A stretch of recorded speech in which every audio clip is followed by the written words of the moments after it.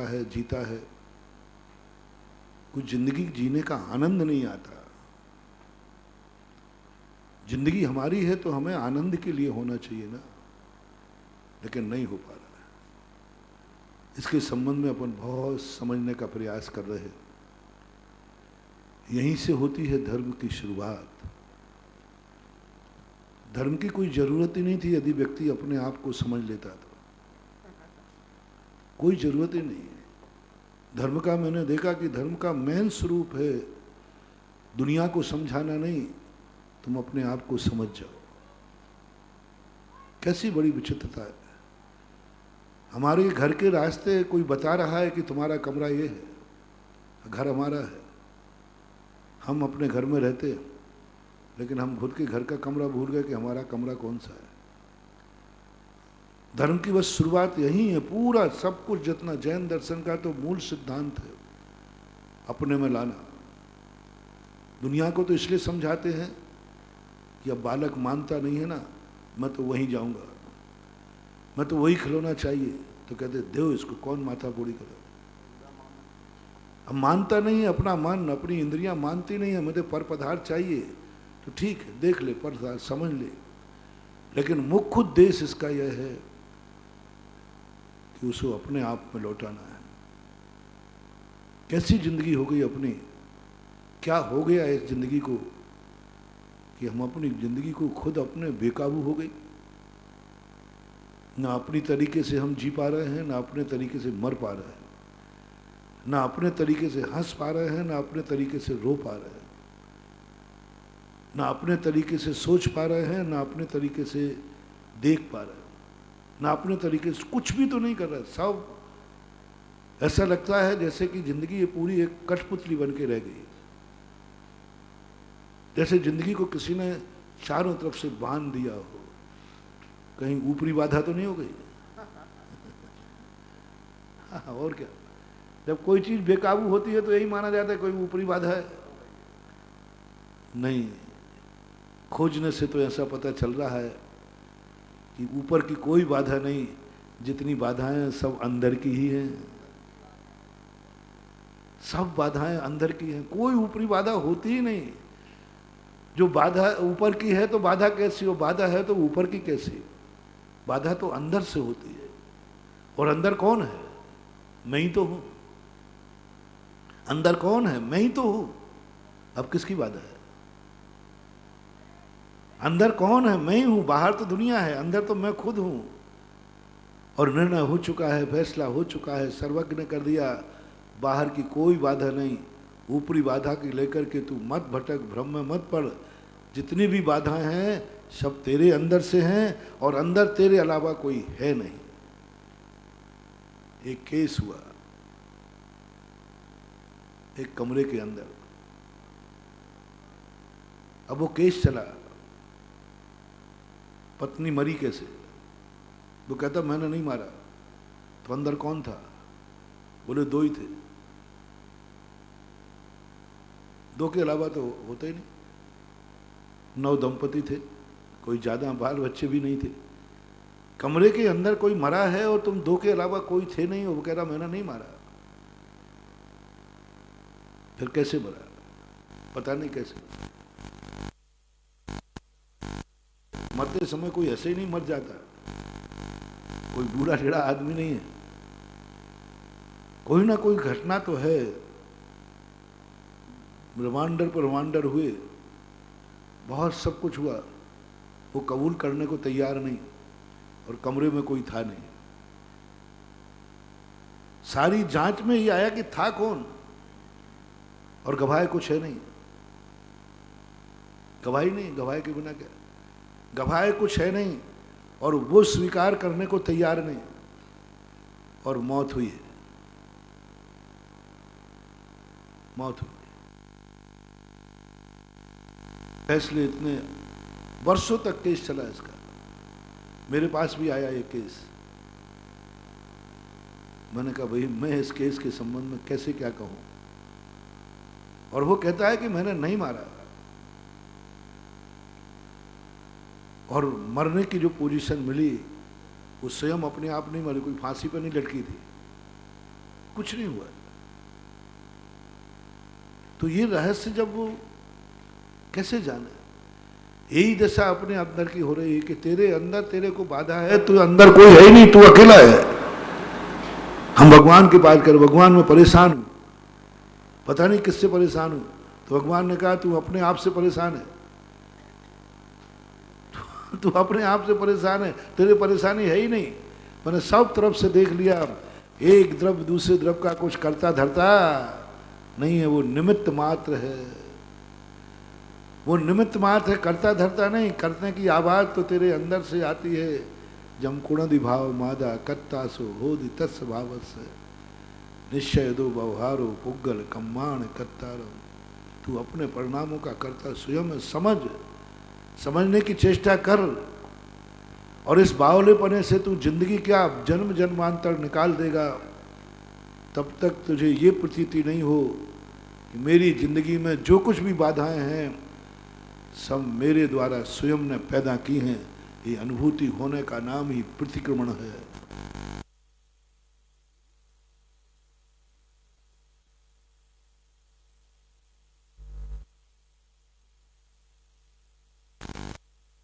वाला सारे प्रतिक्रमण में मन से, वचन से, काय से, कृत कार्य तनु सब स्वयं पर लाद दिया।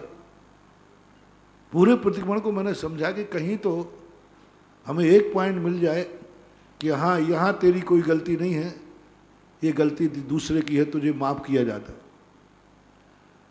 एक एक गलती, पूरी गलतियां पूरे प्रतिक्रमण को देख लिया मैंने, एक भी गलती निमित्त पर आरोपित नहीं की, और कहीं भी हमें क्लीन चिट नहीं दी गई, हाँ यहाँ तू बरी है। प्रतिक्रमण की बात कर रहा हूं, सारे आरोप स्वयं के ऊपर। आहार को गया मैं, मेरी कोई लेना देना नहीं, आहार तुम लोगों का है, और गलती मेरे ऊपर थोप दी। आहार के संबंध में कोई मन में विकल्प आया हो, कुछ सोचा हो, कोई विचार किया हो, कुछ सब उसमें हेषणा समिति पे हमारे ऊपर थोप दी। मैंने कहा जैन दर्शन का कहीं अन्याय तो नहीं है कि हमें तो दिख रहा है कि सारी दुनिया की गलती है, और इधर कह रहा है कि नहीं तेरी गलती, प्रतिक्रमण कर। रोटी तुम्हारी बनाई तुमने, दी तुमने, बालचंद तुम्हारा, प्रायश्चित मेरे था, ये कौन सी बात। और मुझसे कहा कि नहीं, अरे भाई मैं क्या करता बताओ, मैं तो फिर मुझे छूट दो, तो सुबह से मैं अपना भोजन तो कम से कम हम लोग बनाएंगे तो अपने सावधानी से बनाएंगे, सब करेंगे, सब कुछ करेंगे। शोधन तो करने दो कम से कम, हम अपना पहले शोधन करने, फिर बाद में परोसे खा लेंगे, कुछ नहीं। साधु के बाल तो कभी कभी आ जाते हैं, साधु के भी आ जाते हैं, लेकिन 90% बाल तो आप लोग, सब कुछ आपका भोगू में। और उस प्रतिक्रमण में गए तो वहां भी कहा तेरे कर्म का उदय अच्छा है, सारे परिचय हैं, परिचय आप करो, गलती आप करो और सहन में करो। पूरे परिचय जो है परिनिमित्तिक है, सारे परिचय परिनिमित्तिक है, सारे परिचय 9 कर्म रूप हैं। एक भी परिचय कर्म नहीं दिया उन्होंने, सब 9 कर्म लिखे, जितने भी परिचय हुए सब 9 कर्म, क्षुधा 9 कर्म के अधीन, क्योंकि 9 कर्म से उसकी पूर्ति होगी, और 9 कर्म की ही भूख है। 9 कर्म चलाने के लिए आहार चाहिए। रोग परिचय हुई तो वो भी 9 कर्म में आता है। सब के सब पर प्रत्यय रूप हैं, लेकिन भगवान ने ठहरा दिया कि इस सब का दोषी तू खुद है। सामने गाली दे रहा है वो, और माँ भी कह रहा है भगवान देखो आप इतने अंधे मत बनो, आप सर्वज्ञ हैं। अभी एक बालक से पूछा जाए कि सामने गाली दे रहा है, देखो कौन गुस्सा दिला रहा है, वो कहता नहीं वो गुस्सा दिला नहीं रहा, तो गुस्सा कर रहा है। गजब जैन दर्शन, गजब गहराइयों को समझो। सारा जगत कह रहा है वो गाली दे रहा है। हे महाराज तो बिल्कुल शांत बैठे थे, दीपायन को कोई कुछ बोल ही नहीं रहा था, शांत बैठे थे दीपायन, तो ध्यान में बैठे थे। सारी गलती उन 4 राजकुमारों की थी। वीडियो बना लो, फोटो खींच लो, सब खींच लो, गलती किसकी है? महावीर से पूछा गलती किसकी है, तो गलती तेरी है। वो गुस्सा नहीं करा रहा है, तू गुस्सा कर रहा है। वो गाली दे रहा है, गुस्सा नहीं दे रहा है। वो गाली दे रहा है, गुस्सा नहीं दे रहा है। गाली से क्रोध नहीं, क्रोध आत्मा की पर्याय है और गाली पुद्गल की पर्याय है। जो तेरे कानों में आया वो पुद्गल आया, और जो तेरे अंदर उबल रहा है वो पुद्गल नहीं है, वो तेरा खुद का विभाव परिणमन है। क्या गजब की बात जैन दर्शन कहता है। बोल गाली क्या है? सद्दो, वो है ना पुद्गल की पर्यायों में, सद्दो बर्दो सुमो थूलो संठान भेद तम छाया उज्जो दादब सैया पुग्गल दब्बस पच जाया। लेकिन क्रोध जो तुम्हारा अंदर से उबल रहा है ये पुद्गल की पर्याय नहीं है। तो कैसे कह रहा है कि तू वो गाली दे रहा है, तू क्रोध कर रहा है, गलती तेरी, प्रतिक्रमण कर। जोड़ी और सीना जोड़ी, गाली उसने दी, प्रतिक्रमण मुझे करा दिया। गाली उसने दी, प्रतिक्रमण मुझे करा दिया। पूरा का पूरा निमित्त से हटाकर तुम आओ अंदर। अच्छा होगा तो तुम्हारा होगा, बुरा होगा तो तुम्हारा होगा। अच्छे के भी हकदार तुम हो और बुरे के भी हकदार तुम हो। तुम्हारे मन में अशांति आई है तो उसके हकदार तुम खुद हो। कोई तुम्हें कुछ भी माफीनामा नहीं। धर्म कहता है हकदार तुम हो, अशांति तुमने खुद पैदा की है, और शांति आएगी तो उसके हकदार भी तुम हो। कोई शांति पैदा करने वाला नहीं है। एक बार उपादान दृष्टि की तरफ देखो, सारी समस्याओं का समाधान हो जाता है। क्योंकि अपनी गलती पता करने पर फिर व्यक्ति खोलता नहीं है, क्रोध नहीं आता। क्योंकि गलती किसकी है? समता परिणाम यदि किसी को चाहिए है तो दुनिया में मात उपादान दृष्टि ही समता परिणाम ला सकती है। निमित्त दृष्टि तो जन्म जन्म का बैर बांध सकती है। जब जब निमित्त उठती है,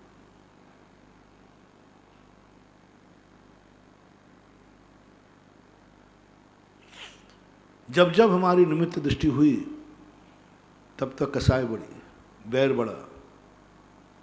आप देख लेना, खुद प्रैक्टिकल करके देखना। इसने मेरा अच्छा किया, इसने मेरा बुरा किया, आपको देखना जन्म जन्मांतर कसाय भड़क जाएगी। तो थोड़े 2 मिनट के लिए कभी मेरे इस प्रवचन का चिंतन करना। उसने कुछ नहीं किया, जो कुछ भी हुआ है उसका कर्ता धर्ता मैं हूँ। तो आप देखना, आज तक दुनिया की गलती पर दुनिया को थप्पड़ दुनिया ने मारे, स्वयं की गलती पर स्वयं को थप्पड़ बहुत मुश्किल से कोई मार पाता है, बहुत मुश्किल से। दुनिया ने दुनिया को पापी कहा, बहुत मुश्किल है जब स्वयं अपने आप को व्यक्ति पापी कह दे। प्रतिक्रमण शुद्ध उपादान दृष्टि है। प्रतिक्रमण शुद्ध समय सार का पहुंचने का एक बहुत बड़ा तरीका है। प्रतिक्रमण निमित्त बुद्धि नहीं है। कैसे लोगों ने समझ लिया कि प्रतिक्रमण निमित्त है। विस्कुंभ बोल दिया, ठीक है। विस्कुंभ इसलिए बोला कि प्रतिक्रमण इसलिए करना पड़ा तुझे क्योंकि तूने अपराध किया था। अपराध की सजा को कोई प्रशंसा नहीं की जाती। प्रतिक्रमण एक सजा है, सजा प्रशंसनीय नहीं है, इसलिए कह दिया उन्होंने तूने अपराध किया क्यों। लेकिन पूरा प्रतिक्रमण को जब देखा, पूरे प्रतिक्रमण में शुद्ध उपादान दृष्टि है, शुद्ध उपादान। और प्रतिक्रमण करने के बाद इतनी क्षमता आती है कि सामायिक में भी नहीं आती। क्योंकि सामायिक में मन शांत होता है, कहीं उद्वेलित हो जाता है। प्रतिक्रमण में जब उपयोग लगता है ना, तो उद्वेलना खत्म होकर के जब ये शब्द आता है, ये गलती का अधिकारी तू, जांच में तेरा आ गया, पकड़ा गया क्यों कि तेरे खुद की है, तो फिर एक शब्द होता है। जब अपनी खुद की गलती हो ना, तो क्या कहते हैं अपन लोग, चुपचाप बैठो, इसी में फायदा है। क्योंकि ये चुपचाप बैठने में फायदा है, क्योंकि गलती सामने वाले की नहीं है। हाँ, अपनी गलती खुद की है। अपना दाम खोटा तो परखैया को क्या दोष है, इसलिए चुपचाप बैठ जाओ। जब जब आप देखना अपनी गलती होती तो संसारी प्राणी बिल्कुल चुप बैठ जाता है, क्या करे, गलती अपनी खुद की। और अपनी गलती नहीं हो फिर चुप बैठ जाए, अरे राम नाम लो, गलती नहीं तो क्यों चुप बैठूं। प्रतिक्रमण एक ऐसा ही एहसास दिलाता है, चुप बैठ। प्रतिक्रमण करने के बाद सामायिक क्यों बताई? इसलिए कि प्रतिक्रमण में उसको सिलेंडर कर दिया। उबरा पार्टी था, खुरापाती, इसने ये किया, इसने ये किया, इसने ये किया। प्रतिक्रमण में आचार्य ने उसको एक एक बात दिलाकर सिलेंडर कर दिया। जब वो अपराध कबूल नहीं करता ना अपराधी, तो पुलिस पहले रिमांडर पे जल्दी नहीं लेती, सबूत इकट्ठे करती है। वो सारे सबूत इकट्ठे करके जब वो कहता है, वो कहता तुमने ऐसा क्या नहीं किया, पुलिस कहती ये देख, दूसरा बताओ ये देख, ये देख। तो वो सोचता है ओहो इनके पास तो हमारी पूरी खाइल है। तो फिर वो टूट पड़ता है और कहता है जी मैंने किया। यदि पुलिस के पास कोई सबूत नहीं हो तो वो तो मुकर जाए, मुकर जाए, कहना मैंने किया ही नहीं, सबूत क्या है। आप देखना ये मन बहुत बड़ा बेईमान है। सबके साथ जिंदगी में ऐसा होता है और सबने किया है, किसी ने छोटा किया हो, किसी ने बड़ा हो। जिसका कोई सबूत नहीं मिलता उस अपराध को तुम खोलने का प्रयास करोगे या छुपाने का। तुम्हें मालूम है इस अपराध का कोई सबूत नहीं है, किसी के पास कुछ नहीं है। हाँ, कोई सबूत नहीं तुम्हारे पास, कुछ भी नहीं हो, तुम्हें मालूम है किसी बात, तो आपको कोई कितना भी मारे पीटे आप कबूल नहीं करते। इसलिए पुलिस वालों को पढ़ाया जाता है, किसी अपराधी से अपराध कबूल करवाना है तो उसके सबूत पहले, वो जैसे ही मना करे तुम वहाँ थे कि नहीं, बोले नहीं थे साहब, तुरंत निकाल दो। ये देखे इतने बज के इतने मिनट पर तेरा मोबाइल बोल रहा है उस क्षेत्र पर, ये मोबाइल तेरा है कि नहीं है, इतने बजे वहाँ पर मोबाइल था और ये बता रहा है, तुम्हारा मोबाइल बता रहा है, तब वो टूट जाता है। प्रतिक्रमण एक ऐसे ही रिमाइंडर है, प्रतिक्रमण एक रिमाइंडर है कि हर सबूत आचार्य के पास है, हर सबूत उन्होंने किया, बोल तूने ये किया था कि नहीं किया था साहब, बस टूट पड़ता है। और जब व्यक्ति को ये पता चल जाता है कि मेरा अपराध खुद का है, वो खुल चुका है, तो फिर उसके अंदर एक समता आती है, संवेग आता है, वैराग्य आता है, फूट पड़ के रो पड़ता है। वो रो पड़ता है, आप देखना, मुझे पुलिस वालों के सामने फिर रो पड़ते हैं, मजिस्ट्रेट के सामने रो पड़ते हैं, साहब किया है अपराध, रो पड़ते। प्रतिक्रमण में ऐसा ही होता है, प्रतिक्रमण करते करते उसका मन फूट पड़ता है, फूट पड़ता है। अब आचार्य कहते हैं ये टूट चुका है, ये टूट चुका है, ये फूट चुका है, इसने अपने अपराध को, अब इसके पास कोई बहाना नहीं है, अब कोई बहाना नहीं है, क्योंकि इसने खुद जान लिया मेरा हर सबूत सामने आ चुका है। भगवान धीरे से कहते हैं मौका है, संधि है, तुरंत कहते हैं सामायिक कर ले, सामायिक कर ले। अब सामायिक में क्या आएगा? उपादान दृष्टि, अपने आत्मा के अपराधों का बोध सुधारने का। प्रतिक्रमण के बाद सामायिक का मजा कुछ और ही है। प्रतिक्रमण किए बिना सामायिक का मजा नहीं है। प्रतिक्रमण करने के बाद फिर जो सामायिक होती है धुलाई होकर होती है। इसलिए प्रतिक्रमण एक शुद्ध ऐसी एहसास कराने वाला है कि तुम अपनी जिंदगी से जो परेशान हो वो कोई परेशान नहीं कर रहा है, तुम खुद परेशान हो। इसके लिए अपन 2-3 दिन से उपाय समझने का प्रयास कर रहे हैं। प्रतिक्रमण के बाद जो अपन ने अपराध कर लिए हैं उसका उपाय क्या है? उसका उपाय है कि हमें सबसे, सारी दुनिया से अब ये सीखो, मैंने हर चीज को चूसा है, हर चीज को यूज किया है, मैंने हर वस्तु से सब कुछ चाहा है, यही चाहत ने मेरे इतने अपराध करा डाले। मेरी चाहत ने अपराध किस लिए करा डाले? मुझे इससे ये मिल जाए, मुझे इससे ये मिल जाए, मुझे इससे ये मिल जाए। बस ये जो चाहत हमारे अंदर उठी, ये सबसे बड़ी बुरी चीज है। हर व्यक्ति को यूज करना चाह रहा है। हर व्यक्ति को, हर वस्तु को, मैंने कल विस्तार से बताया था, जो जो वस्तुएं तुम्हें मिलती हैं, ये मेरे काम आएगी कि नहीं, मेरे किस काम आएगी, मेरे किस काम आएगी। और जो काम नहीं आती है, उस वस्तु से तुम्हें कोई लेना देना नहीं होता। और इसी प्रवृत्ति ने हमसे अपराध करा दिया, इसी प्रवृत्ति ने हमसे यहां तक ला दिया कि आज हम दुनिया में किसी के नहीं रहे। हर वस्तु हमें कहने लगी स्वार्थी कहीं का। हर वस्तु व्यक्ति का हमारे ऊपर से विश्वास उठ गया। कोई हम हमारे ऊपर विश्वास करने को तैयार नहीं, ना जड़ ना चेतन, ना अच्छे व्यक्ति ना बुरे व्यक्ति। यहां तक कि भगवान का और गुरुओं का विश्वास भी उठ गया, सज्जन पुरुषों का भी विश्वास उठ गया।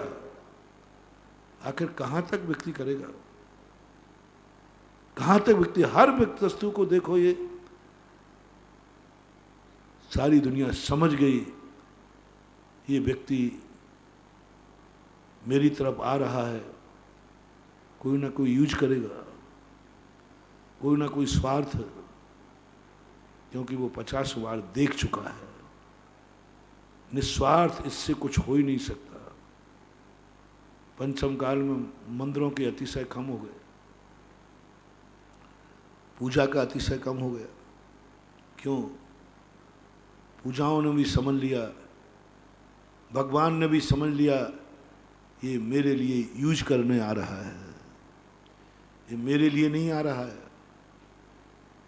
इसकी कोई अटकी पड़ी है, इसका मेरे बिना काम नहीं हो रहा है, ये मेरे बिना इसकी समस्या नहीं सुलट रही है, इसलिए इसको मंदिर याद आ रहा है। भगवान ने समझ लिया। हम भगवान की दृष्टि में भी गिर चुके हैं। पंचम काल के जीव है ना, भगवान की दृष्टि से गिर चुके।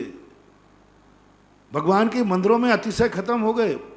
जो होते थे एक बार नाम लेते थे, ऐसे ऐसे चमत्कार शास्त्रों में पढ़े, ऐसी ऐसी पूजाएं पढ़ी, ऐसे ऐसे भगवान के अतिशय देखे कि भगवान के दर्शन करने से सम्यक दर्शन, मूर्ति के दर्शन करने, निधत्त गाजत कर्मों का क्षय, 700 कोड़ियों के कोड़ दूर, क्या है ये तमाशा। ऐसी ऐसी घटनाएं आज सब खत्म, कुछ नहीं बंधुओं। मैंने तो जो रीजन खोजा है, भगवान का विश्वास अपने ऊपर से उठ चुका है। वो कहते सब ये मेरे पास आ रहा है, मुझे भगवान मान के नहीं आ रहा है, कुछ लेने आ रहा है, कुछ यूज कर रहा है।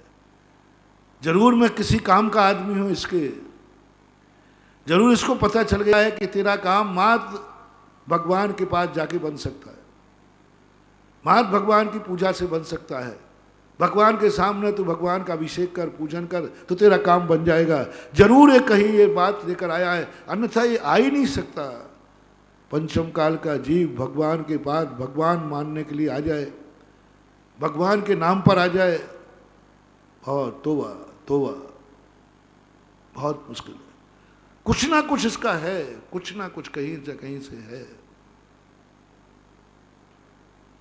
खत्म। हम भगवान के काम नहीं आ पा रहे हैं, हम भगवान से काम ले रहे हैं।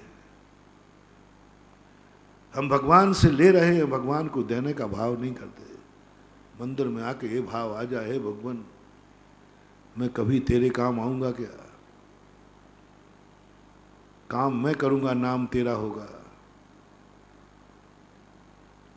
काम मैं करूंगा नाम तेरा होगा। लेकिन यहाँ तो उल्टा हो रहा है। भजन भी तुमने बना दिया ना, एक भजन आया है, हाँ हाँ, क्या बात है। क्या भजनों में भी तुम भगवान को निपटा देते हो। कभी ये नहीं कहता भगवान मैं काम मैं करूंगा नाम तेरा होगा। हम तो उल्टा कह रहे हैं, भगवान तू मेरे काम करता है और मेरा नाम हो रहा है।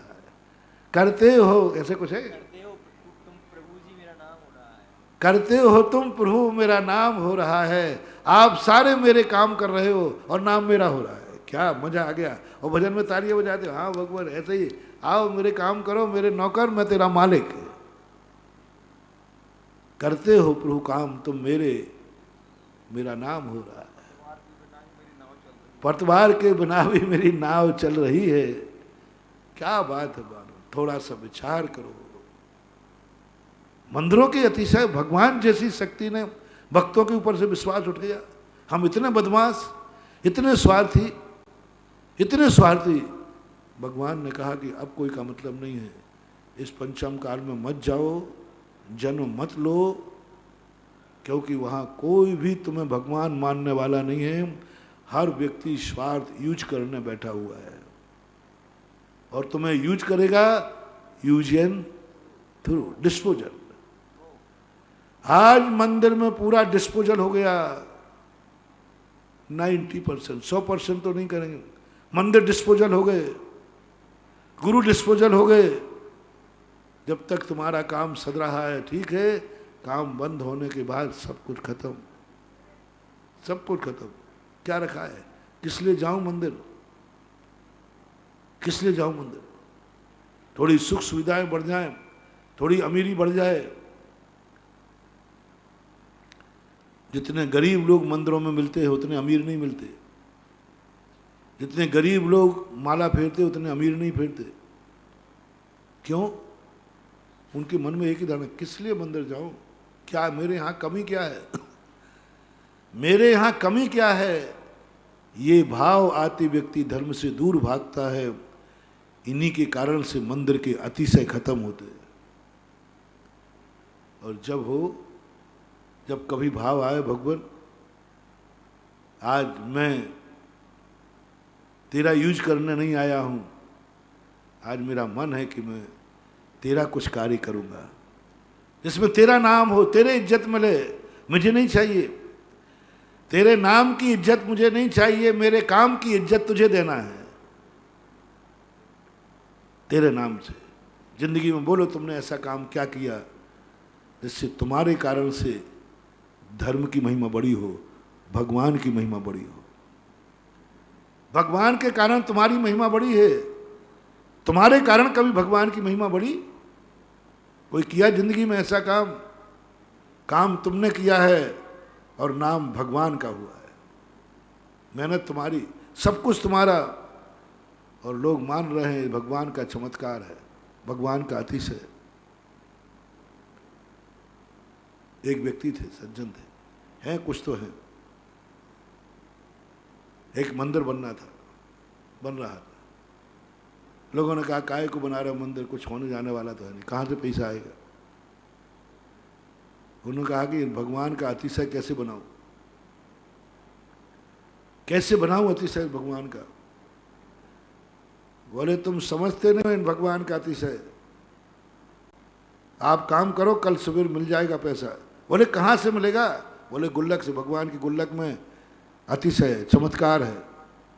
बोले कहाँ से मिलेगा, है ही नहीं, शाम को कल ही तो गुल्लक खोली थी। बोले तुम काम करो, रात में जाकर के वो गुल्लक में जाकर के 10,000 रुपया डाल जाता। रात के 12 बजे सोता नहीं, रात में माली से मिला करके वो माली से कहा मुझे ध्यान करना है रात में, मेरा ये है मेरा वो है। अब माली जानते सेठ जी है बैठ रहे, और ना ध्यान करने जावे, ना माला फेरे, ना पूजा करे, गुल्लक में डाल के आ जावे और सुबह चल जावे। मुझे मालूम है भगवान का चमत्कार अतिशय क्या है, बहुत बड़ा अतिशय। देख लो गुल्लक, सबने कहा गुल्लक कल ही खोली थी, गुल्लक खोली 10,000 रुपये। बोले कहाँ से? ऐसा 50 बार किया, 50 बार किया, करोड़ रुपया दान दे दिया उसने, कहीं अपना नाम नहीं आने दिया। हम तो 5 रुपया देते हैं, नाम पहले बताओ मेरा नाम आएगा कि नहीं। हर व्यक्ति आज जो काम कर रहा है नाम के लिए कर रहा है। हर व्यक्ति चाहे दान करे, चाहे पूजा करे, चाहे श्रावक हो, चाहे महाराज हो, सब पहले ये चाहते हैं कि मेरा नाम आना चाहिए। गुप्त कोई रखना ही नहीं चाहता कि मैंने काम किया है। ये भावना नहीं आती कि मेरा नाम नहीं आना चाहिए, किसी को पता नहीं चलना चाहिए कि मैंने किया है, किसी को पता नहीं चलना चाहिए। ऐसे कितने लोग हैं अच्छे कार्य का, बुरे कार्य तुम पता चलने ही नहीं देते, बुरे कार्यों को तो पता चलने देते। जैसे तुम्हारे बुरे कार्य पूरी ताकत लगाते हो कि मेरे ये बुरे कार्य किसी को पता ना चल जाए, मेरी ये गंदी आदत किसी को पता ना चल जाए, मेरा ये बुरा कृत्य किसी को पता ना चल जाए, कितनी ताकत लगाते हो। क्या कभी इतनी ताकत लगाई कि मेरे अच्छे कार्य का किसी को पता ना चल जाए?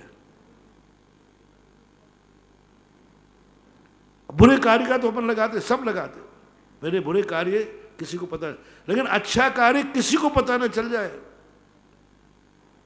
क्यों? मैं ये श्रेय भगवान को देना चाहता हूं, ये श्रेय मैं भगवान को देना चाहता हूं।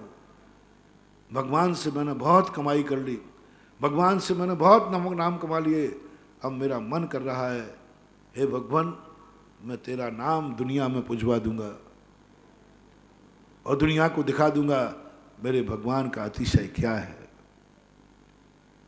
दिखा दूंगा। करोड़ों रुपया दान दे दिया, सारी दुनिया में चमत्कार हो गया भगवान का, सारी दुनिया कहती है अरे भगवान खूब ताने लगे, सब कुछ किए, लेकिन कोई पता नहीं कर पाया,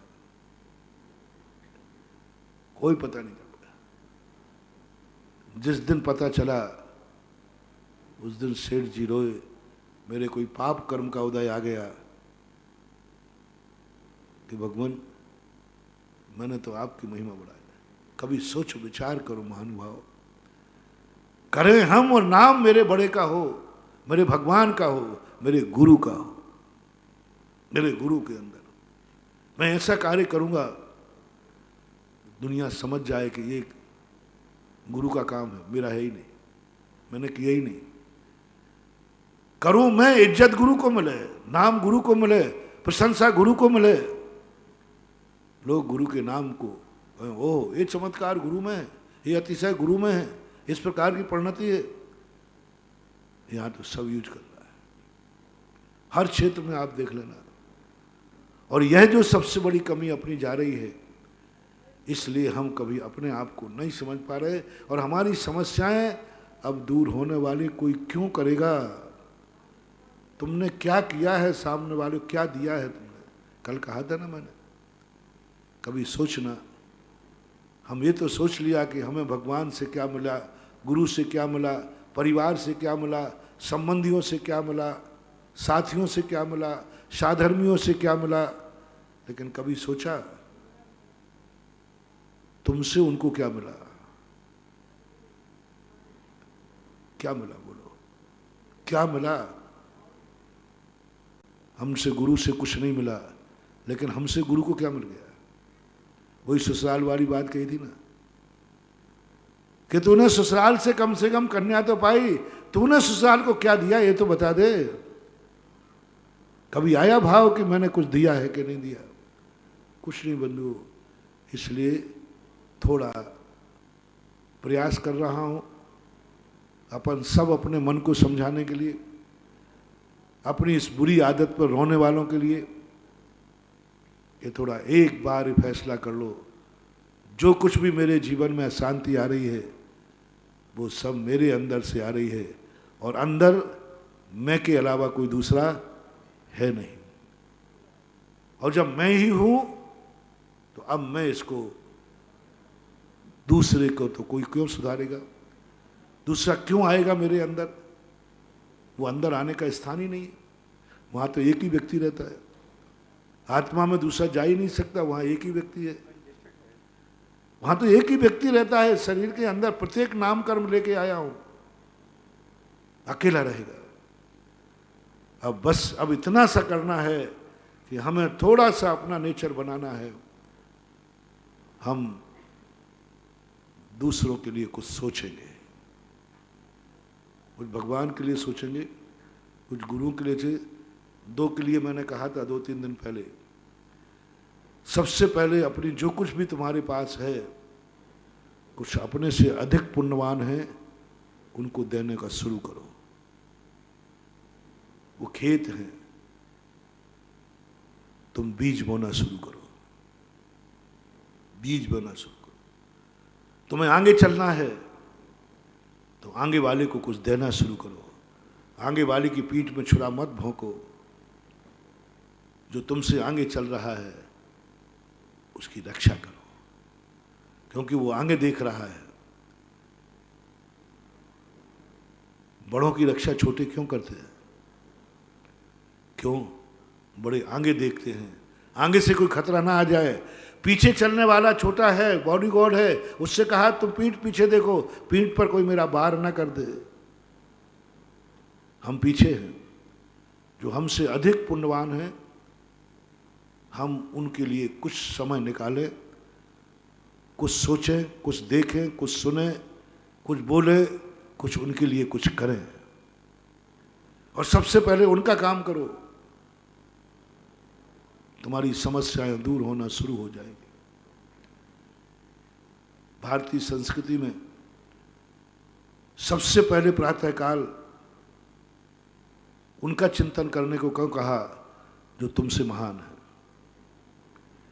उनको नमस्कार करने के क्यों कहा जो तुमसे महान है? प्रातःकाल ही मंदिर क्यों भेजा? उनको देखने का क्यों कहा कि वो महान है? उनको पहले हार बनाने के बाद उनको देने को क्यों कहा जो तुमसे महान है? बहुत बड़ी बात है मानो। सुबह उठते ही कहा किनका नाम लो? पूज्य का। आंख किसके लिए दर्शन करो? पूज्य का। वाणी किसकी सुनो? पूज्य की। सब कुछ अपना जो कुछ भी है सबसे पहले अपने बड़ों को लेने का भाव छोड़ दो। और मैंने एक बार बहुत पहले दशलाक्षण पर्व के पहले संभवतः कहा था कि यदि तुम्हें अपनी जिंदगी की समस्या निपटाना है,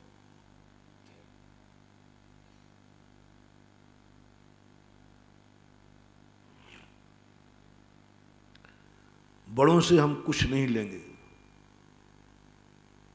कुछ भी नहीं। बड़ों से हम कुछ नहीं मांगेंगे, बड़ों से हम कुछ नहीं चाहेंगे। भगवान से शुरू कर दो। भगवान, मैंने नियम लिया है, तू मेरे कार्य नहीं करेगा। भगवान को टेक टू ऑर्डर, आदेश दो। मैं मरूं तो मर जाऊंगा, लेकिन तू मुझे नहीं बचाएगा। मैं मरूं तो मर जाऊंगा, तू मुझे नहीं बचाएगा। मैं रोऊं तो रो रो के मर जाऊंगा, लेकिन तू आंसू नहीं पहुंचेगा। मेरे कितनी संकट आ जाएं, तू संकट दूर करने नहीं आना। मेरी सहायता मत करना, मेरे काम मत करना, मेरे काम तू कभी मत आना। बहुत कड़वी बात कह रहा हूं। जीवन बहुत सुखी हो जाएगा, बहुत कुछ तुम ऊंचाई में पहुंच जाओगे। तो तू फिर मेरे पास आता क्यों है? मैं इसलिए नहीं आता हूं कि आपसे कुछ चाहिए है, मैं इसलिए आता हूं कि आप भगवान हैं, आप निर्दोष हैं, आप पूज्य हैं, आप मेरे से बहुत बड़े हैं। मैं पाने के लिए नहीं आ रहा हूं, मैं आपकी सेवा करता हूं, इसलिए नहीं कि कल तू मेरी सेवा कर। हर व्यक्ति यही चाहता है, दूसरों पर कोई सेवा करेगा, भाव रखेगा कि अपन इसलिए करो कल मेरी भी होगी। नहीं बनो, छोड़ दो एक नियम। भगवान से कहो, भगवान जरूर आऊंगा तेरे पास, क्योंकि तू मेरा भगवान है, लेकिन तुझसे मुझे कुछ नहीं चाहिए, बस मैं देने को आया हूं। क्या परंपरा है जैन धर्म की, महत्व जैनियों की परंपरा है जो भगवान के हाथ खाली हाथ नहीं जाता। ये कोई कम परंपरा नहीं है। और मेरा दावा है, मेरा विश्वास है, जब तक तुम भगवान को देते रहोगे तुम्हारा भंडार कभी खाली नहीं होगा। और जिस दिन तुम भगवान से लेना शुरू करोगे उसी दिन तुम कंगाल होना शुरू हो जाओगे। इसलिए भगवान के पास अपना महत्व एक जैन दर्शन है, जो भगवान के पास थाल भर भर के ले जाता है और जब लौटता है तो खाली हाथ लौटता है। हाथ चिपक जाए तो हाथ धोता है। इस रहस्य को साधारण मत समझना, इस रहस्य को। और क्या दुर्दशा कराई तुम्हारे चावलों की, तुम्हारे नारियल की, तुम्हारे द्रव्य की, ऐसी दुर्दशा मैंने कहीं नहीं देखी। लाता है नारियल अष्टद्रव्य धो करके, बहुत सजा करके, अवभाग्य मान करके, मंगल शुभ मान कर लाता है, और तुमने भगवान के सामने चढ़ाई, भगवान लेंगे नहीं। पहला अनादर, पहला अनादर। दूसरा चढ़ाते ही इतनी अशुद्ध, इतनी अशुद्ध, निर्माल। तुम्हारे द्रव्य की दुर्दशा देखना, क्या दुर्दशा कराई। दुनिया में तो मैंने देखा, जब कोई व्यक्ति भगवान के सामने ले जाता है तो भगवान उसे सम्मान के साथ ग्रहण करते, भोग लगाते, खाते, संतुष्टि हो जाते। बड़ों के सामने कोई चीज़ ले जाओ, वो थोड़ा सा ले ले में तो अच्छा लगता है, चलो बड़ों ने ले ली, ये तो भगवान लेगा नहीं। और दुनिया के भगवानों के चरणों में चढ़ने वाली चीज पवित्र हो जाती, प्रसाद हो जाती है। दुनिया में चढ़ने के, आप दुनिया में देखना, भगवान के सामने चढ़ी नहीं और वो चीज अनमोल हो जाती है, प्रसाद हो जाती, बड़ी अनमोल हो जाती। वो लोग उसको मिठाई ऐसे अच्छे से नहीं खाते, किलो भर भी, प्रसाद इतना सा मिलता है।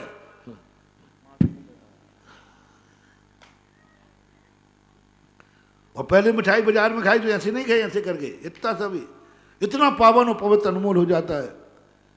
लेकिन जैनी के प्रसाद, जैनी का तो लाई हुई द्रव्य की ऐसी दशा की, ऐसी दशा की कि निर्माल छू भी मत लेना इसको।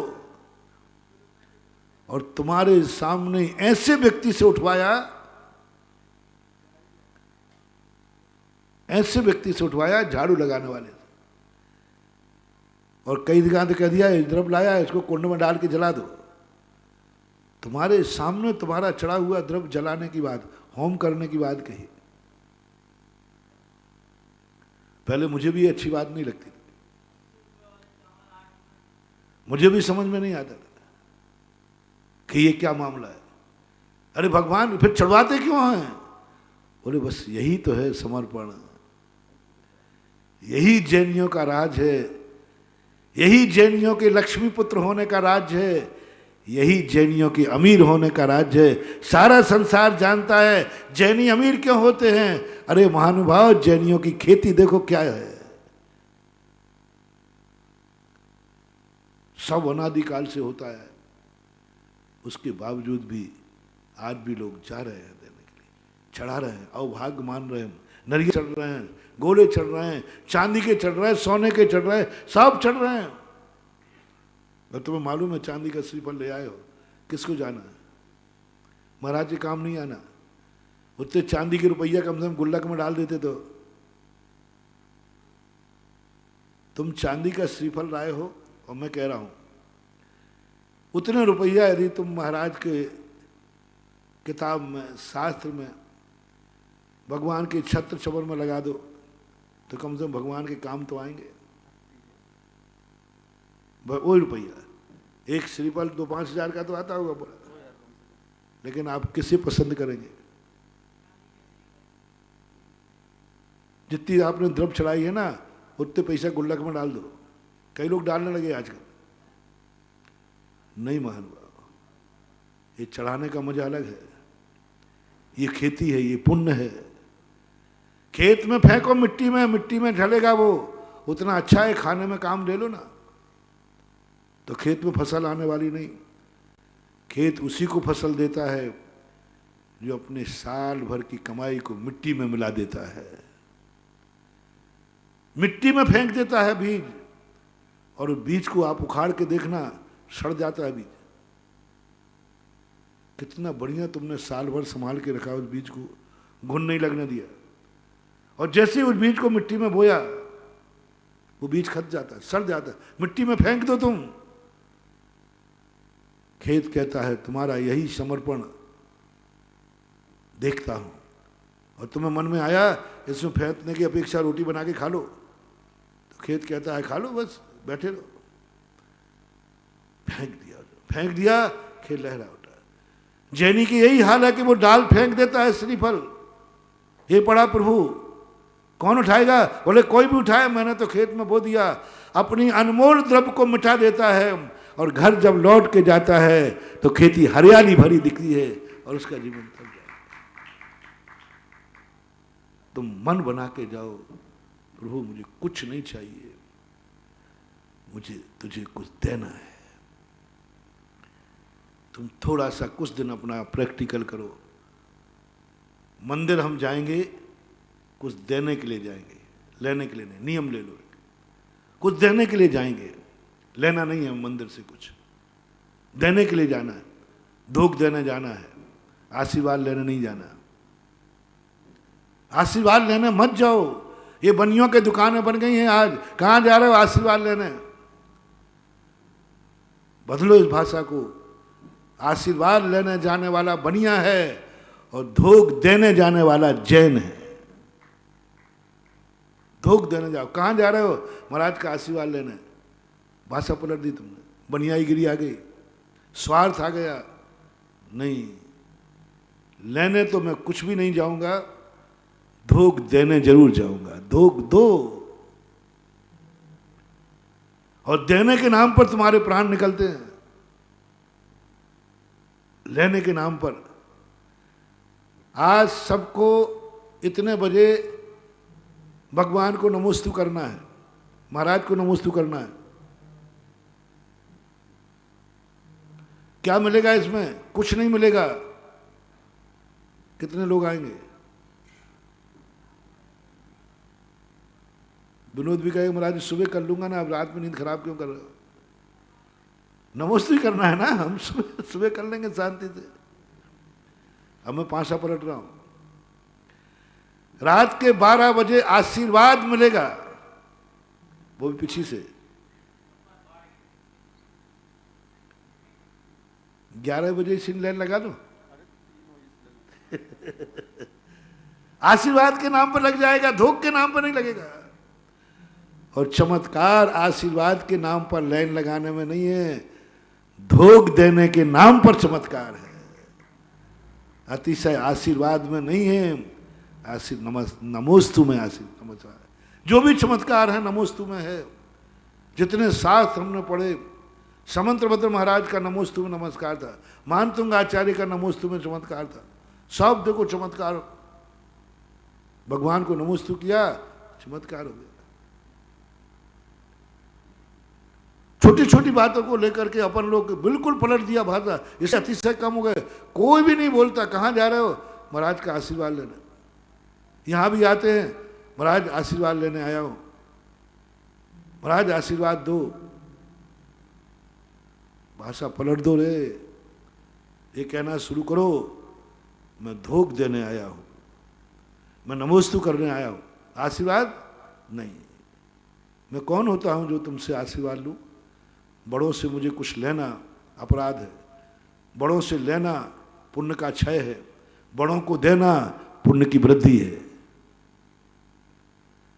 बड़ों से लेना पुण्य का क्षय है और बड़ों को देना, आशीर्वाद लोगे तुम्हारा पुण्य जो है वो भी खत्म हो जाएगा, और धोख दोगे पुण्य नहीं है तो वो पुण्य आ जाएगा। पुण्य नहीं है तो पुण्य आ जाएगा। धोख में चमत्कार है। आशीर्वाद से आज तक किसी को उच्च गोत्र का बंध नहीं हुआ। उच्च गोत्र का बंध किससे होता है? प्रणते उच्चैर गोत्रम। आशीर्वाद से क्यों नहीं होता? मैं एक शूद्र को आशीर्वाद से आज तक कभी उच्च गोत्री नहीं बना पाया। यदि आशीर्वाद से उच्च गोत्री बना तो मैं तो सब नीच गोत्रियों को आशीर्वाद दूंगा। सबसे पहले पशुओं को दूंगा मेरे आशीर्वाद से, सब नीच गोत्रियों को। आज तक किसी के आशीर्वाद से, वे तीर्थंकर भी क्यों ना हो, किसी के आशीर्वाद से एक नीच गोत्री उच्च गोत्री नहीं बना। लेकिन सिद्धांत बन गया, प्रणते उच्चैर गोत्रम। नमोस्तु करने से उच्च गोत्र वाले आज तक जितने अपन उच्च गोत्री हैं सब नमोस्तु का फल है, आशीर्वाद का फल नहीं है। हाँ, आज जो कुछ भी अपने पास है, जो कुछ भी है, उच्च गोत्री हैं, अपन महाजन है, ये सब नमोस्तु का अपन आशीर्वाद का नहीं है, भगवान के आशीर्वाद का नहीं। तो भगवान से मैंने कही, भगवान आपके आशीर्वाद से मेरे को नहीं, तो भगवान कहते हैकड़ी क्यों कर रहा, मैं देता कब हूं आशीर्वाद। जैन भगवान की मूर्ति आशीर्वाद की मुद्रा में क्यों नहीं, क्यों नहीं आशीर्वाद की मुद्रा में? क्योंकि वो जानते हैं आशीर्वाद से इसके पुण्य का क्षय हो जाएगा, आशीर्वाद से इसके पुण्य की घटोत्तरी हो जाएगी। मैं अपने भक्त का पुण्य कैसे समाप्त करूं?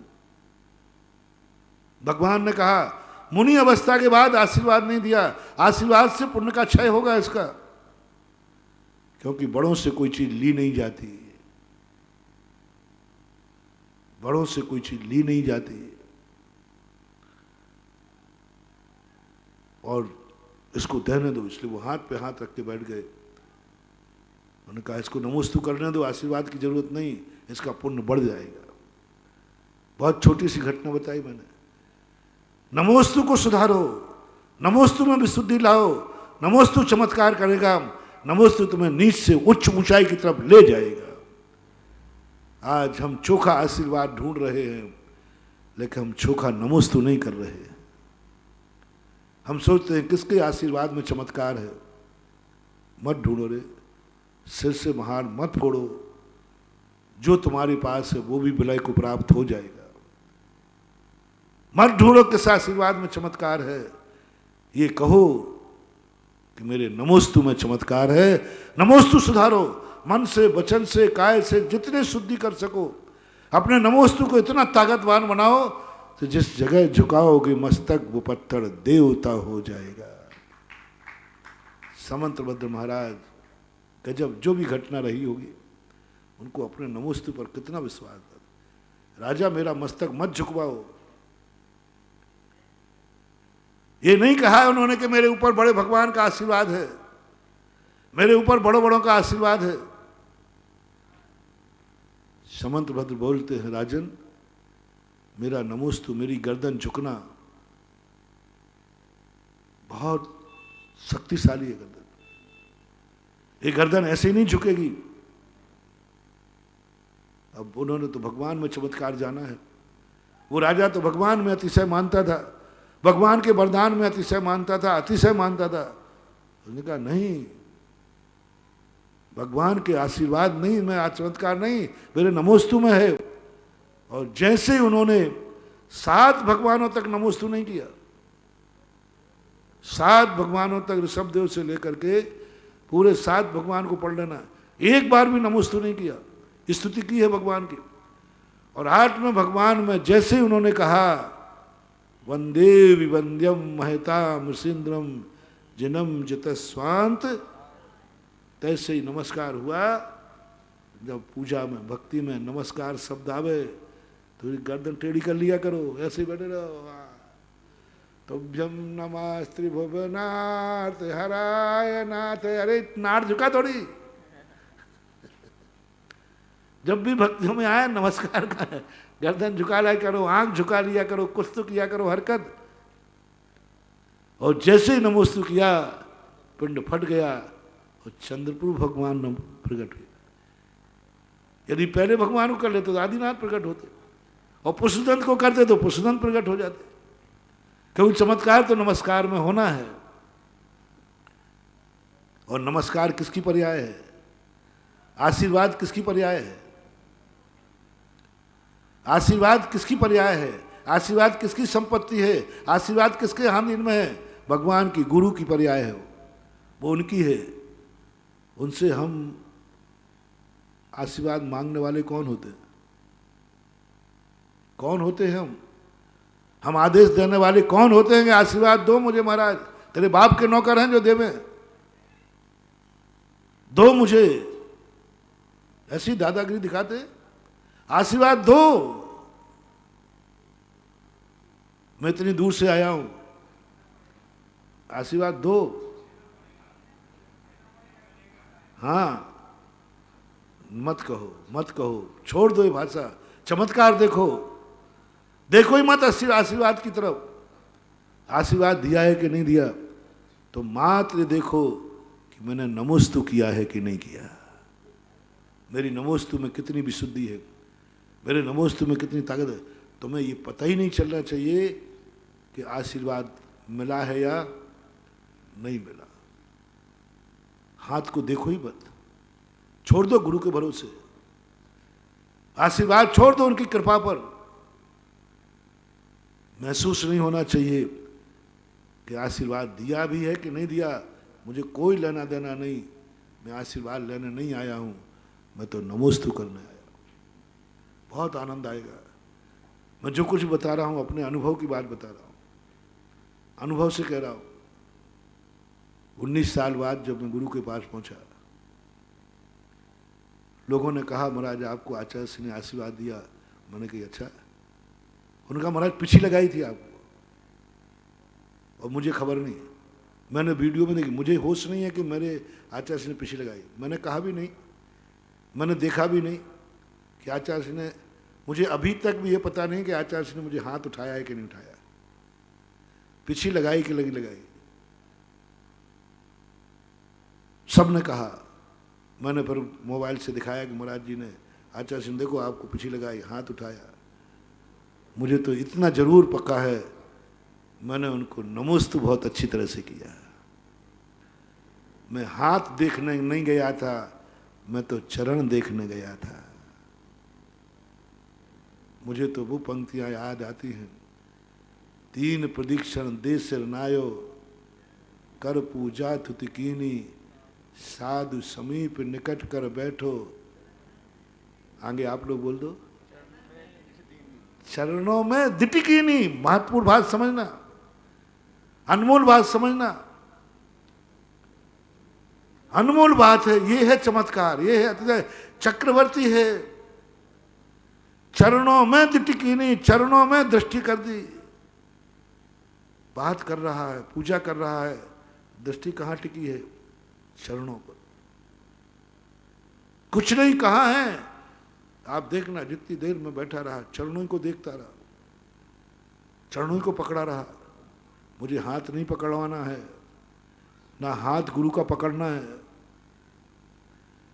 ना हाथ पकड़वाना है और ना हाथ गुरु का पकड़ना है, क्योंकि मुझे मालूम है मैं गिरने वाला नहीं हूं। मुझे तो चर पकड़ना है और आचरण पकड़ना है। चरणों में आचरण है, हाथ में क्या है? आशीर्वाद है, एक अहंकार, एक धनाढ्यता। मैं वो हूं जो गुरु ने आशीर्वाद दे दिया। वही कल कहा था ना, अमीर आदमियों के बेटे डूबते हैं, जिन शिष्यों पर गुरु का आशीर्वाद रहता है और आशीर्वाद पर वे फूलते हैं, वे शिष्य डूब जाते हैं, क्योंकि उनको एक अहंकार रहता है, मेरे ऊपर गुरु का बरद हस्त है, बरद हस्त। हाँ, अब गया काम से, गया काम से, क्योंकि अब फूल रहा है।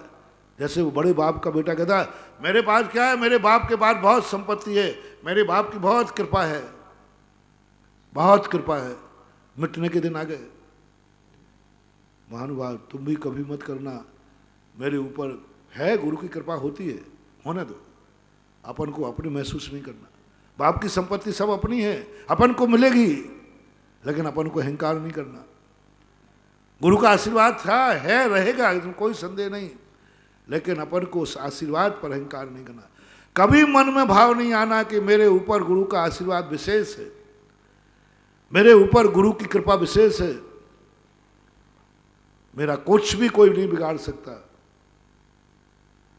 कभी मत बोलना, कभी मत बोलना। क्या बोलना? क्या बोलना?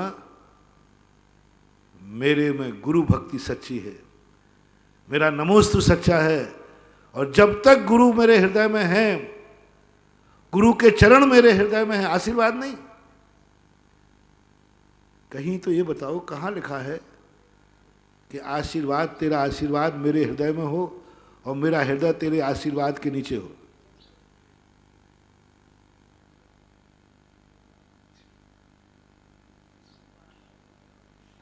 देखो क्या बात है। कहा, ये नहीं कहा कि आशीर्वाद की छाया में मैं तेरे हूं और तेरा आशीर्वाद मेरे चरणों में, मेरे हृदय में है। नहीं, तव पादौ मम हृदय, मम हृदयम तपद्विजे लीनम। चरणों में हृदय रखो तो सही। आशीर्वाद के लिए हृदय है तुम्हारा। आशीर्वाद मिल गया तो गुरु जी हृदय में है, और आशीर्वाद नहीं मिला तो बनिया कहेंगे। यदि गुरु से कुछ मिल रहा है तो ठीक, नहीं तो काय का गुरु, काय का भगवान, काय का ये सब यही हो रहा है। नहीं बंधु, चरणों में, और चरणों से आशीर्वाद नहीं मिलता। चरण तो नमोस्तु के लिए होते हैं, आशीर्वाद के लिए नहीं। चरण नमोस्तु के लिए होते, आशीर्वाद के लिए नहीं। और हाथ नमोस्तु के लिए नहीं होते हैं, आशीर्वाद के लिए होते हैं। हाथों को नमोस्तु नहीं किया जाता, लेकिन हाथों से आशीर्वाद मिलता है। चरणों को नमोस्तु किया जाता है, चरणों से आशीर्वाद नहीं है। अब जो चरणों में ताकत है, मेरा सोच है, तुम्हारा तुम जानो। मैंने पहले ही कहा, प्रवचन में वही बात कहूँगा जो मुझे अच्छी लगती है। तुम्हें अच्छी क्या लगती है वो मैं नहीं कह पाऊँगा। जो मैंने अनुभव किया है वो तुम्हें कह पाऊँगा।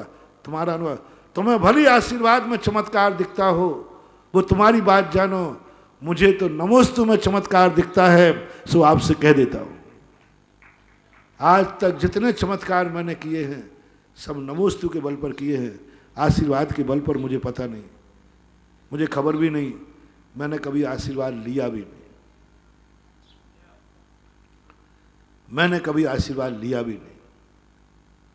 मैंने भगवान से ही नहीं लिया, मैंने, और लूंगा भी नहीं। मैं अपनी तरफ से आशीर्वाद ना लिया है, ना मांगूंगा, ना मांग रहा हूं, ना मांगूंगा, क्योंकि वह हमारे हाथ में नहीं है। हम बड़ों को आशीर्वाद देने का क्या आदेश दे सकते हैं? हमारी क्या औकात है?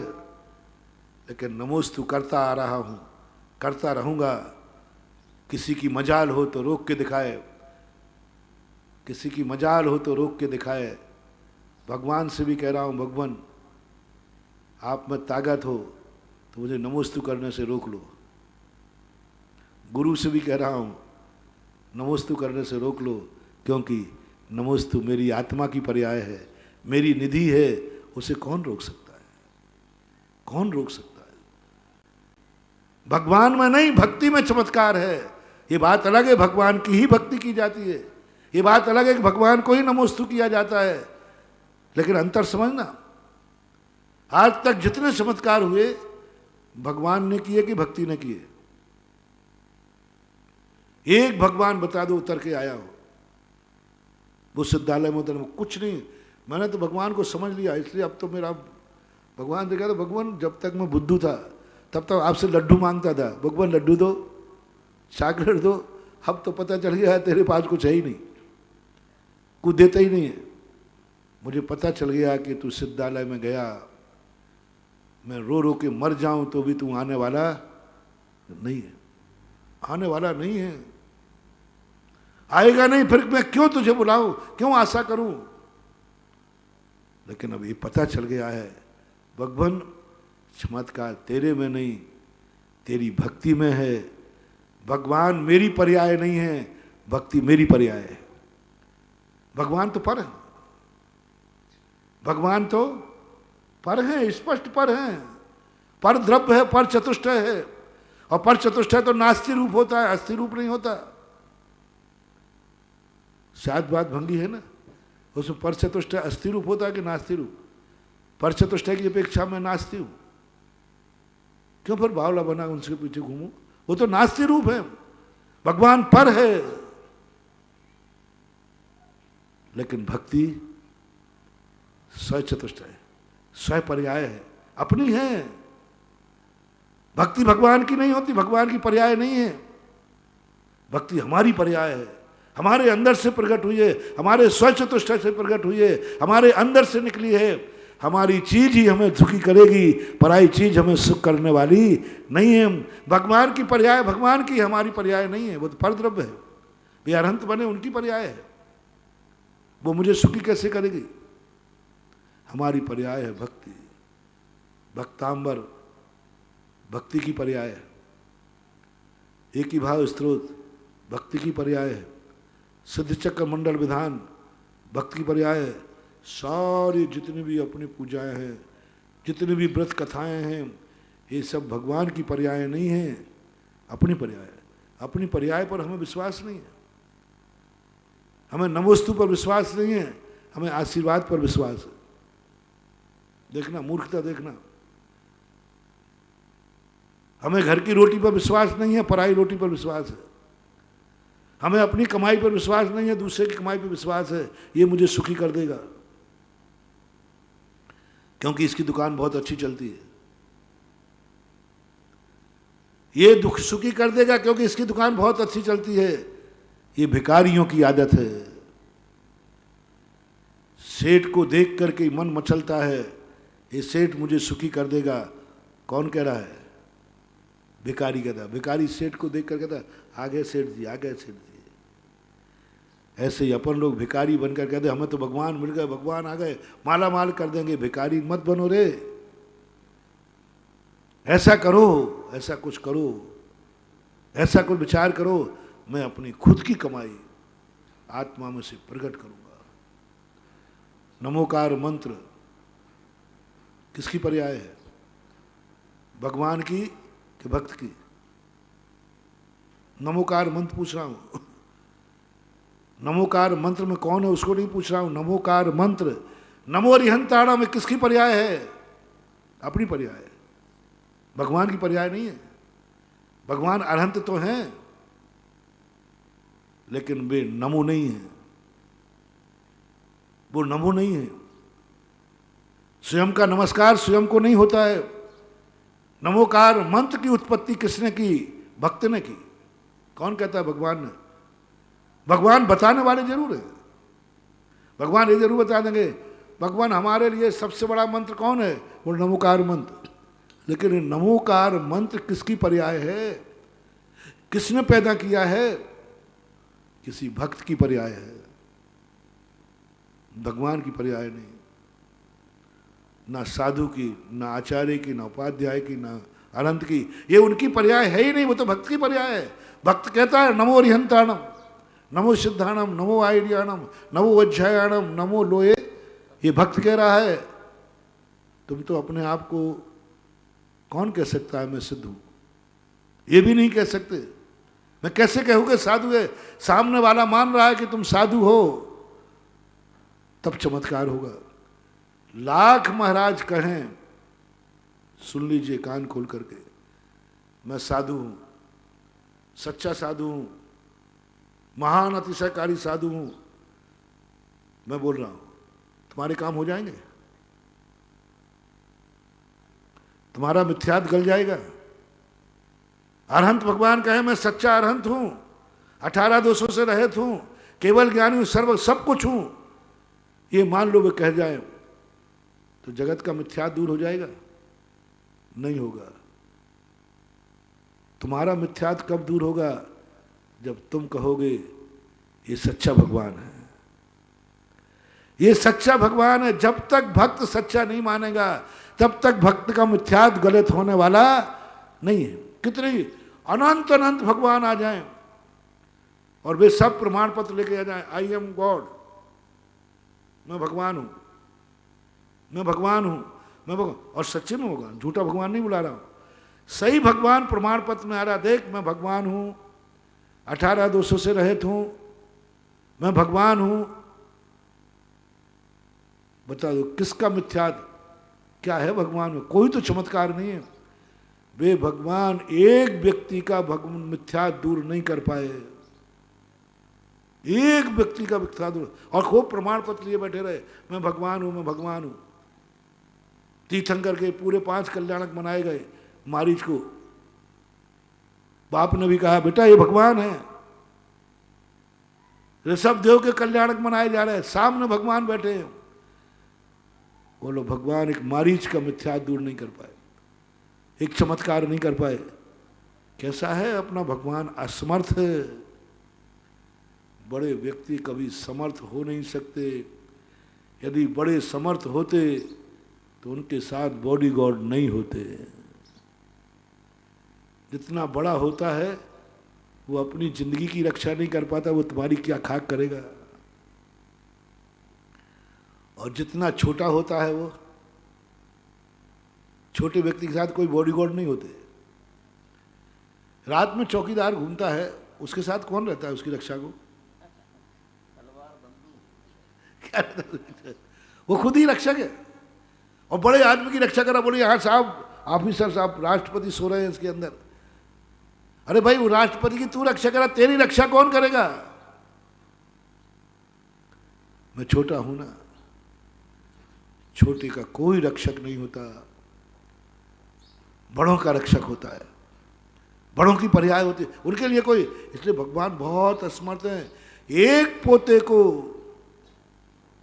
सम्यक दृष्टि नहीं बना पाए। प्रयास तो किया होगा,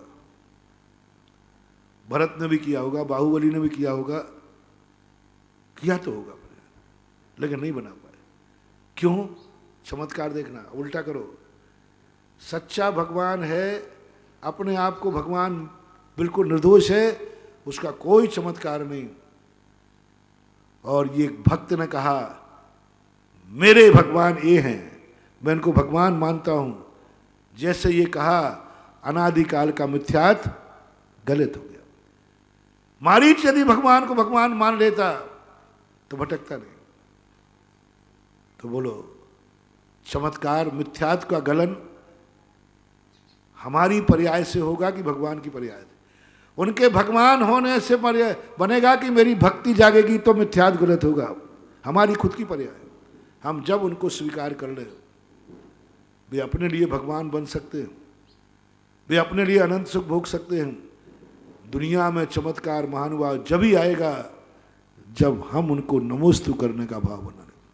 वे 100 आशीर्वाद देके यूं हाथ करे बैठ जाएं तो भी किसी के कर्म नहीं कटने वाले, किसी को मिथ्यात होने वाला नहीं। और एक बार नमोस्तु कर ले, कमठ देख लो, 10 भव से पारसनाथ अपना चमत्कार दिखा रहे हैं, कुछ नहीं हुआ, कुछ नहीं कर पाए।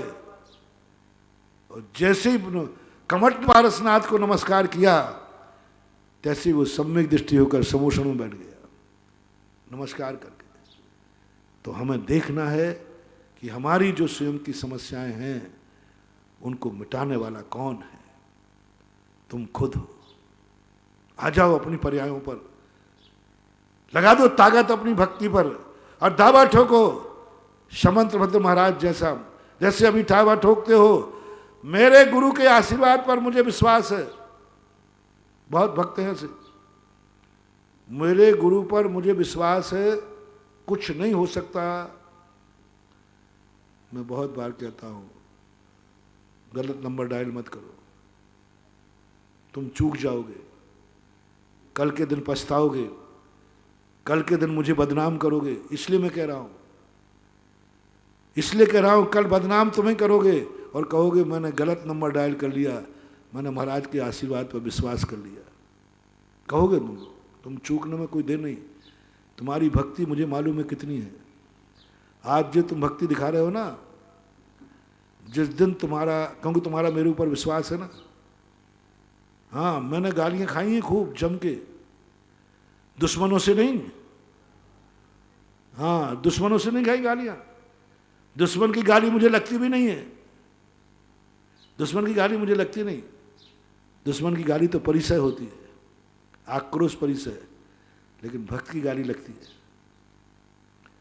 भक्त की गाली थोड़ी चुभती है। कैसे चुभती है?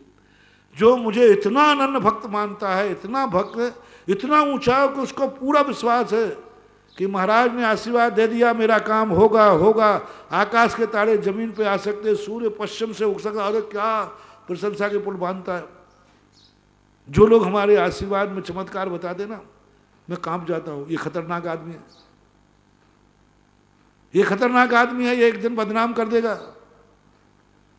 एक दिन मिटा देगा, ये हमारी सारी इज्जत धूल में मिला देगा। जिस दिन इसका कार्य नहीं होगा उसी दिन ये कह देगा मैंने गलत नंबर डायल कर लिया, गलत नंबर।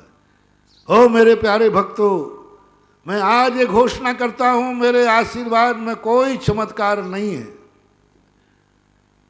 मेरे में कोई चमत्कार नहीं है, भगवान में कोई चमत्कार नहीं है, मेरी जिनवाणी में कोई चमत्कार नहीं है।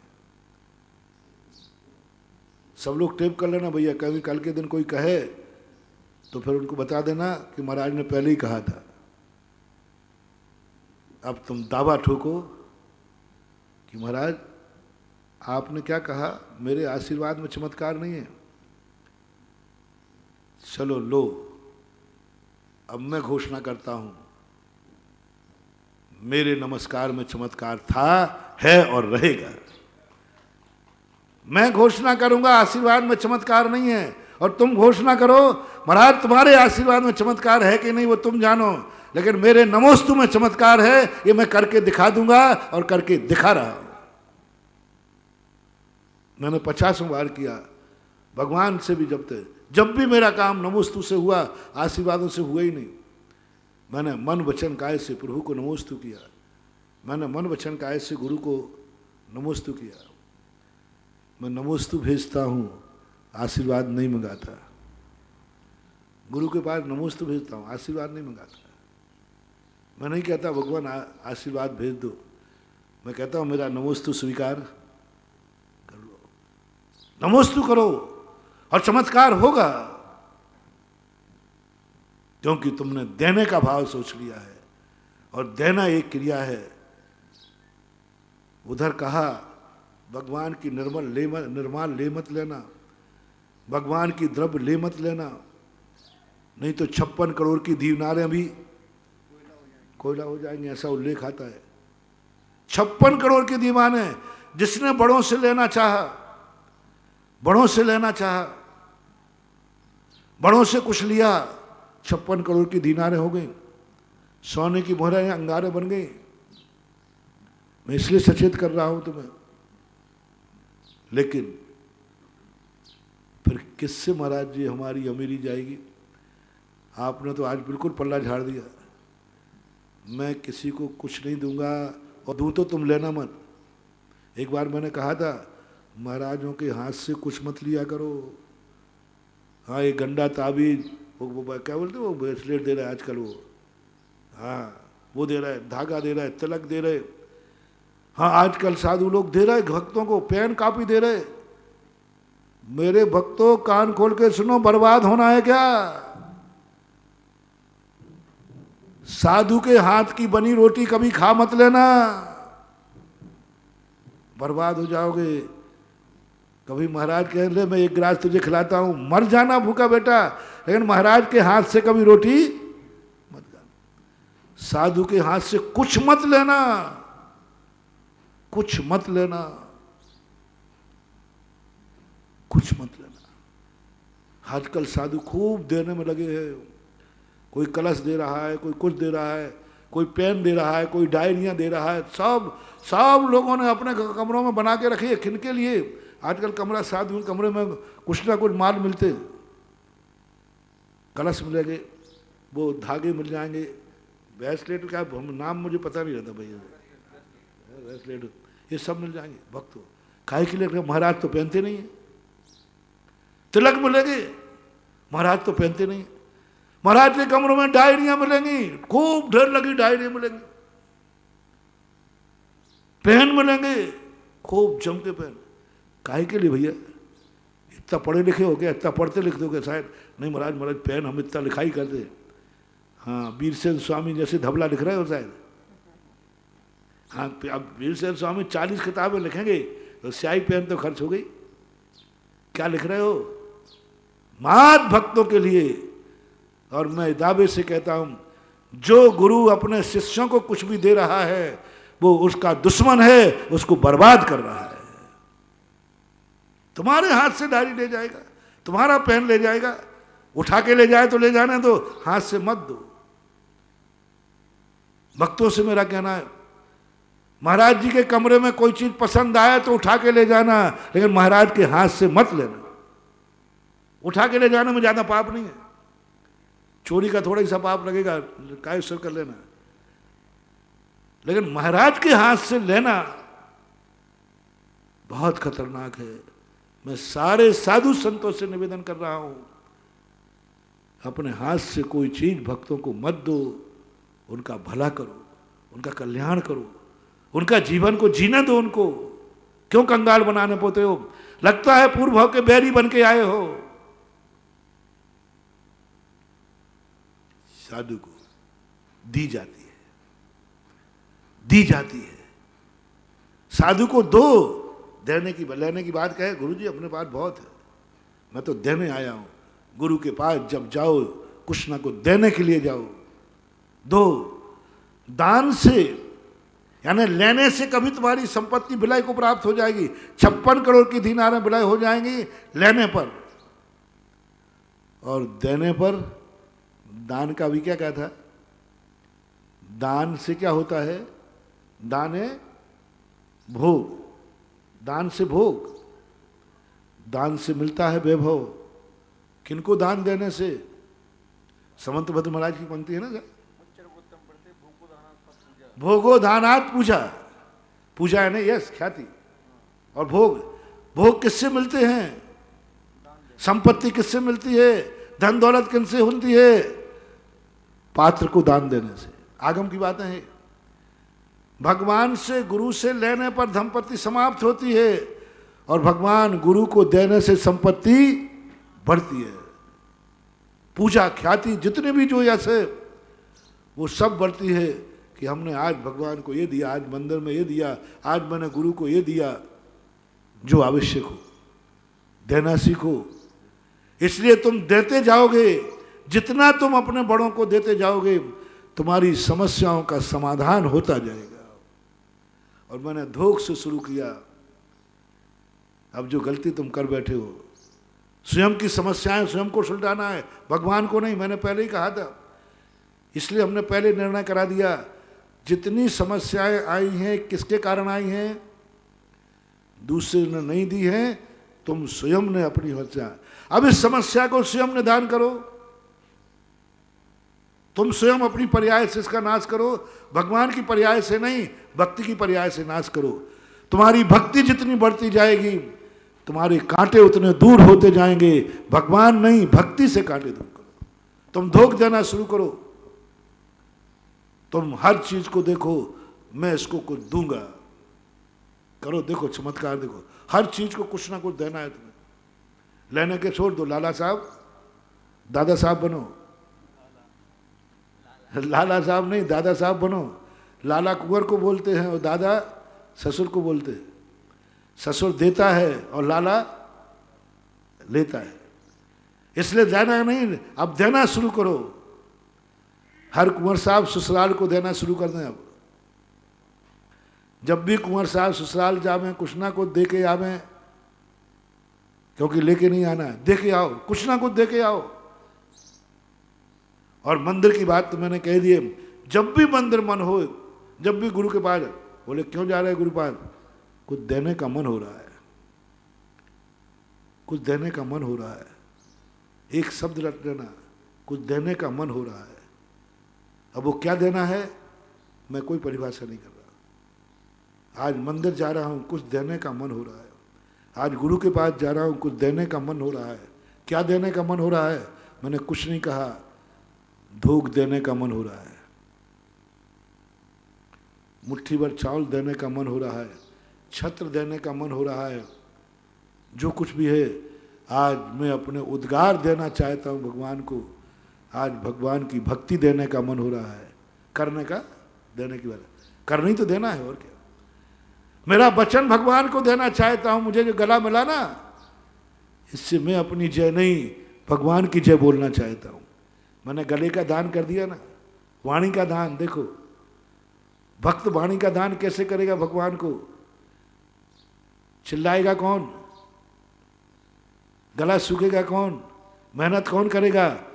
और नाम किसका लिया जाएगा? बोलो आदिनाथ भगवान की। अब जोर से चिल्लाने में पसीना किसको गया? एनर्जी किसकी खर्च हुई? अविभागी प्रतिशत किसके खर्च हुए? स्वयं के। और नाम किसका हुआ? भगवान का। बस गला का दान दे दिया मैंने। जितनी जितनी अपन पूजाएं पढ़ रहे हैं सब भगवान को वचन का दान दे रहे हैं, उनको दे रहे हैं। उनसे बुलवाना नहीं, इसलिए भगवान मौन बैठ गए, मौन बैठ गए। अपन को देना है दान, इसमें चमत्कार है। आंखों का दान दे दिया, जितनी देर अपन भगवान को देखेंगे अपनी एनर्जी खर्च होगी, अपने अविभागी प्रतिशत खर्च होंगे और दर्शन भगवान का होगा।